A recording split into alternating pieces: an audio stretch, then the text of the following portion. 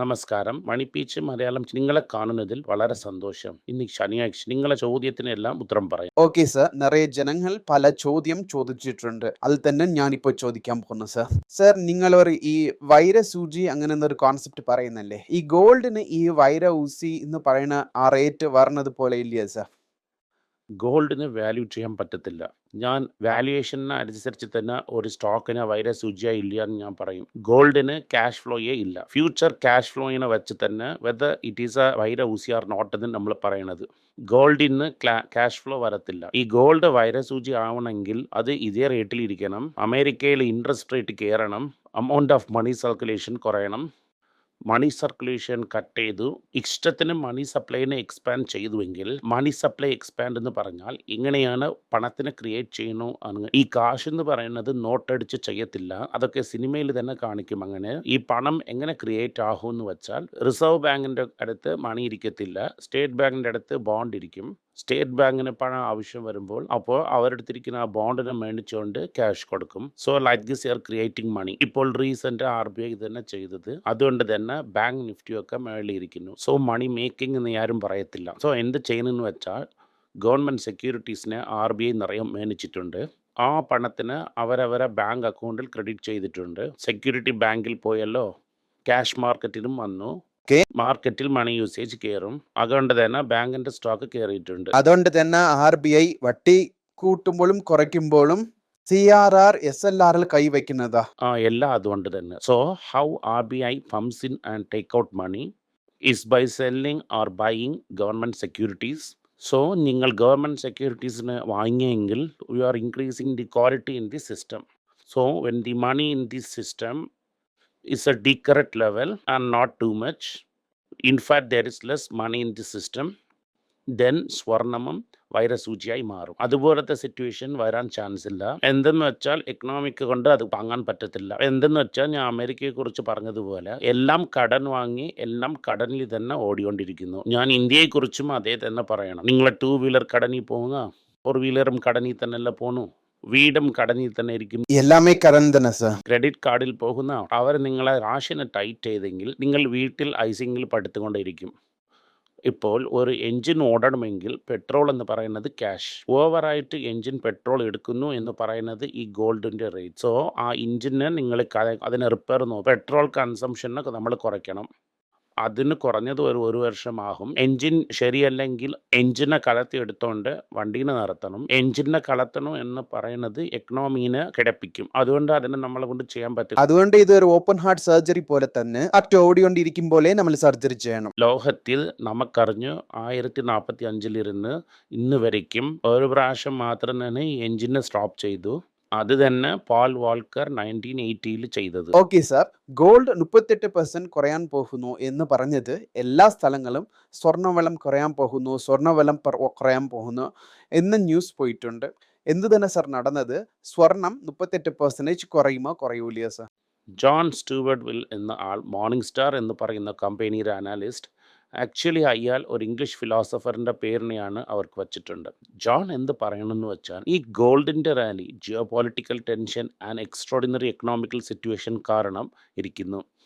Geo political tension പോയെങ്കിലും അല്ല economical situation normal ആയെങ്കിലും ഗോൾഡ് ഡീപ്പ് കറക്ഷനിലോട്ട് പോകുമെന്ന് പറയുന്നു. ഇതിന് മുൻപ് ഇതുപോലെ ലോകത്തിൽ നടന്നിട്ടുണ്ടോ എന്ന് വെച്ചാൽ നടന്നിട്ടുണ്ട്. പോൾ വാക്കർ എന്ന നബർ ജിമ്മി കാർട്ടർ കാരണം പ്രസിഡൻ്റായി അപ്പോയിൻ്റ് ആയി. ഇൻട്രസ്റ്റ് റേറ്റ് 20% കൂട്ടിയപ്പോൾ 20%, അതായത് അമേരിക്കയിൽ 20% വട്ടി ഇൻഫ്ലേഷനെ കുറയ്ക്കാൻ കൊണ്ടുവന്നു. അയാൾ കുറച്ചു. ഗോൾഡ് അപ്പോൾ $800 മുകളിലിരുന്നു. അത് $200 വന്നു. ഈ ജെറോം പോൾ വാക്കറും ഇല്ല. ഡൊണാൾഡ് ട്രംപ് ജിമ്മി കാർട്ടറും ഇല്ല. ഇപ്പോൾ തന്നെ ജിമ്മി കാർട്ടർ മരിച്ചു. ഡൊണാൾഡ് ട്രംപ് ഒരു എംപയർ ഫാൻറ്റസിയിൽ ഇരിക്കുന്നു. ഫോറെവർ അവർ തന്നെ ഇരിക്കാൻ പോകുന്നു. സോ അയാൾ സ്റ്റെബിലിറ്റിയെ ഒതുക്കി പോകത്തില്ല. Hopefully if America is lucky അടുത്ത വർഷം ഇലക്ഷനിൽ he will lose the control of the Congress. Senate കഷ്ടം. കോൺഗ്രസ് തോർക്കും. സെനറ്റും തോറ്റാൽ ideal. That means there will be a lame duck up പ്രസിഡൻ്റായി മാറും. ഇത് വെറും അമേരിക്കനെ സോൾവ് ചെയ്യും. ലാംഡ പ്രസിഡന്റ് എന്ന് വെച്ചാൽ That is, Parliament is not supporting you, you cannot pass any bill. അത്രയും വലിയ അധികാരമില്ല. യെസ്, പ്രസിഡന്റ് ആകും. അതിൻ്റെ ശേഷം 2 വർഷം കഴിച്ച് തന്നെ ഇലക്ഷൻ. മെയ് 2026 ജെറോം പോളിൻ്റെ ടേം തീരും. അടുത്ത് ഫെഡറൽ റിസർവ് ഗവർണറിനെ അവർ അപ്പോയിൻറ്റ് ചെയ്യും. അത് അവർക്ക് അഡ്ജസ്റ്റായി പോകുന്ന ആൾ തന്നെ അതുകൊണ്ട് ജിയോ പൊളിറ്റിക്കൽ ടെൻഷൻ തീരും എന്ന് വിചാരിക്കുന്നത് തെറ്റും. രണ്ടാമത് കാര്യം എന്തെന്ന് വെച്ചാൽ, ഞാൻ പവറിൽ വന്ന് മറുദിവസമേ ബ്യൂട്ടീനെ വാറിൽ തീർക്കാൻ വയ്ക്കും. There will B piece in Ukraine എന്ന് പറഞ്ഞു. 10 വാരം കഴിഞ്ഞു. പുടിൻ ഇസ് നോട്ട് ഗുഡ് എന്ന് പറയുന്നു ഇപ്പോൾ. So Putin is not blame to his terms. So Russia കാരണം മറ്റേ യൂറോപ്യൻ കൺട്രീസിന് ഇരിക്കുന്ന ഭയം ജിയോ പൊളിറ്റിക്കൽ ടെൻഷനെ തീർക്കാൻ വയ്ക്കും എന്ന് എനിക്ക് തോന്നുന്നില്ല. ട്രംപ് എവിടെയും പോയിട്ടില്ല. 1/3 ഓഫ് ബ്യൂട്ടിൻ്റെ ഫോറക്സ് ബിസിനസ്സിന് അമേരിക്ക ബ്ലോക്ക് ചെയ്ത് വച്ചിരിക്കുന്നു. അതിനെ റിലീസ് ചെയ്തതില്ല ഇതുവരെ. അതിനെ റിലീസ് ആക്കിയാൽ തന്നെ നോർമലൈസ് ആകും ഈ റിലേഷൻഷിപ്പ്. മൂന്നാം കാര്യം എന്തെന്ന് വെച്ചാൽ, ജിജിപ്പിന് എവിടെയും പോകാൻ പോകുന്നതില്ല. ഞാൻ പോകും എന്ന് പറയും, പക്ഷെ പോകില്ല. ഈ 3 കാര്യം ഇരിക്കുന്നതുകൊണ്ട് ജിയോ പൊളിറ്റിക്കൽ സ്റ്റെബിലിറ്റി വരുമെന്ന് എനിക്ക് തോന്നുന്നില്ല. ഗോൾഡ് ജനങ്ങൾ വാങ്ങുന്നതുകൊണ്ട് മാത്രം കയറുന്നില്ല. ഗോൾഡ് വന്നിട്ട് ചൈന, റഷ്യ, ടർക്കി, ഇന്ത്യ, ഹംഗേറി, പോർലാൻഡ് ഈ സ്ഥലങ്ങളിൽ വാങ്ങിയിട്ടുണ്ട് ഫിസിക്കലായിട്ട്. ചൈന വാങ്ങുന്നത് വളരെ ഇമ്പോർട്ടൻ്റ് എന്ന് വെച്ചാൽ അവരുടെ ഡോളർ ഹോൾഡിങ്സിനെ കുറച്ചുകൊണ്ട് ഇരിക്കുന്നു. സോ ഇറങ്ങിയ ചൈന വാങ്ങും. ചൈന ഇന്ന് വരെ വാങ്ങിക്കൊണ്ട് തന്നെ ഇരിക്കുന്നു. 2800, 2900 വരെ വാങ്ങിക്കൊണ്ടിരുന്നു. സോ അവർ ഗോൾഡ് ഡീപ്പ് ബയറാ. സോ ഗോൾഡ് വന്നിട്ട് അധിക ഹാമ്പിങ്ങിനെ ക്രോസ് ചെയ്ത് ഇന്ത്യ ചൈന ബൈങ്ങിനെയും ക്രോസ് ചെയ്ത് അവിടെ ജിയോ പൊളിറ്റിക്കൽ സ്റ്റെബിലിറ്റി വന്ന് അതിൻ്റെ ശേഷം കറക്റ്റ് ആകാം എങ്കിൽ അതിപ്പോൾ നടക്കത്തില്ല ആസ് ഓഫ് ടുഡേ. അപ്പോൾ അവർ പറഞ്ഞിരിക്കുന്നത് ജിയോ പൊളിറ്റിക്കൽ ടെൻഷൻ കാരണം ഗോൾഡ് ഏറിക്കൊണ്ടിരിക്കുന്നു, സോ താഴെ വിടാം എന്ന്. ഇന്ന് തന്നെ നോക്കിയാൽ ഗ്രാമിന് 150 രൂപ ഇറങ്ങിയിട്ടുണ്ട്. ട്രംപ് ഇപ്പോൾ തന്നെ ടാരിഫ് അനൗൺസ് ചെയ്തു. ഇന്ന് ഫാർമ ആൻഡ് സെമികണ്ടക്ടേഴ്സിന് ടാരിഫ് ഇടും എന്ന് പറഞ്ഞു. എങ്കിലും ഗോൾഡ് 150 രൂപ കുറഞ്ഞു. ഇത് എന്തുകൊണ്ട് വീഴുന്നെന്ന് വെച്ചാൽ US ഡോളർ 2% ഇന്നലെ വീഴുന്നു. അറ്റ് വൺ ടൈം ഗോൾഡ് 1% വീഴുന്നു. സിൽവർ 5% വീഴുന്നു. വേറെ ഇരിക്കുന്ന അസറ്റ് ലോസും 5% വീഴുന്നു. ഈ അസറ്റ് ലോസ് മറ്റേ 1%. So out of the relatively watch what is happening in the market. ഇത് കാരണം ഞാൻ ഒന്നിച്ച് ഗോൾഡ് വാങ്ങും എന്ന് പറയുന്നത് bad. The world situation is very fluid. നാളെ കാലത്തെ എന്താകും എന്ന് അറിയാൻ പറ്റില്ല. സോ ഇന്ന് നൈറ്റ് ഗോൾഡ് $100 കയറിയെങ്കിൽ വൈ എല്ലാം ന്യൂസ് ആയി വന്നെന്ന് വെച്ചാൽ 35% ഗോൾഡ് കറക്ഷൻ നോക്കിയത് 45 വർഷമായി. തിരികെ വരും എന്ന് പറയുന്നത് എന്ത് എല്ലാവരും പറയും എന്ന് നോക്കാൻ വേണ്ടിയിട്ടാണ്. ഇപ്പോൾ മാർക്കറ്റ് വിളുന്നെങ്കിൽ ഗോൾഡ് ഏറും, ഗോൾഡ് വിളുന്ന മാർക്കറ്റ് ഏറും, അങ്ങനെ ഒരു ടെർമിനോളജി കോമനാ പറയുന്നു. ഇല്ല, അമേരിക്കയിൽ ഇൻട്രസ്റ്റ് റേറ്റ് എന്തോ അതിനനുസരിച്ച് തന്നെ ഗോൾഡ്. ഓക്കെ, അമേരിക്കയിൽ ഇൻട്രസ്റ്റ് കയറിയാൽ ഗോൾഡ് വിളുമെന്നും അങ്ങനെ തന്നെ വിളുന്നുകൊണ്ടിരുന്നു. ഈ റഷ്യ ഉക്രൈൻ വാർ കാരണം ദെൻ ചൈന ഗോൾഡ് വാങ്ങാൻ തുടങ്ങിയ കാരണം in spite of American interest rate കയറിയാൽ ഗോൾഡ് കയറും. ഇപ്പോൾ ഇവരെല്ലാം പ്രിഡിക്റ്റ് ചെയ്യുന്നത് അമേരിക്കയിൽ ഇൻട്രസ്റ്റ് റേറ്റ് കട്ട് ചെയ്യും, ഒരു റിസഷൻ വരും, അത് കാരണം റേറ്റ് കട്ട് ചെയ്യുമെന്ന് പ്രിഡിക്റ്റ് ചെയ്തുകൊണ്ടിരിക്കുന്നു. അതുപോലെ റേറ്റ് കട്ട് ചെയ്തുവെങ്കിൽ ജനങ്ങൾ ഗോൾഡ് വാങ്ങാൻ തുടങ്ങും. ബട്ട് ബിഫോർ റിസഷൻ അമേരിക്കയിൽ ഇൻഫ്ലേഷൻ കയറും. ഇൻഫ്ലേഷൻ കയറിയെങ്കിൽ റേറ്റ് കട്ട് പറ്റത്തില്ല.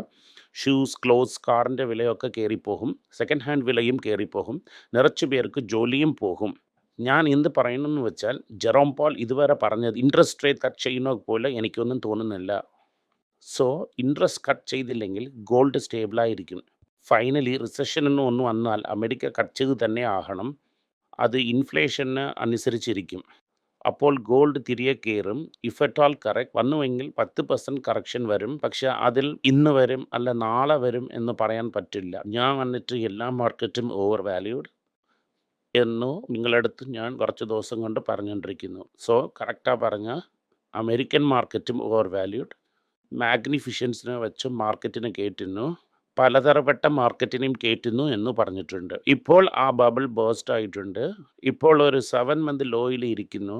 I won't be surprised if both S&P 500, Nasdaq and Indian Nifty drop to 1 year low. അതായത് 21ൻ്റെ താഴെ നിഫ്റ്റിയും ഇന്നൊരു 500-600 പോയിന്റ് S&P 500 പോയിന്റും 4000ൻ്റെ അടുത്ത് പോകാൻ ചാൻസസ് വളരെ ഉണ്ട്.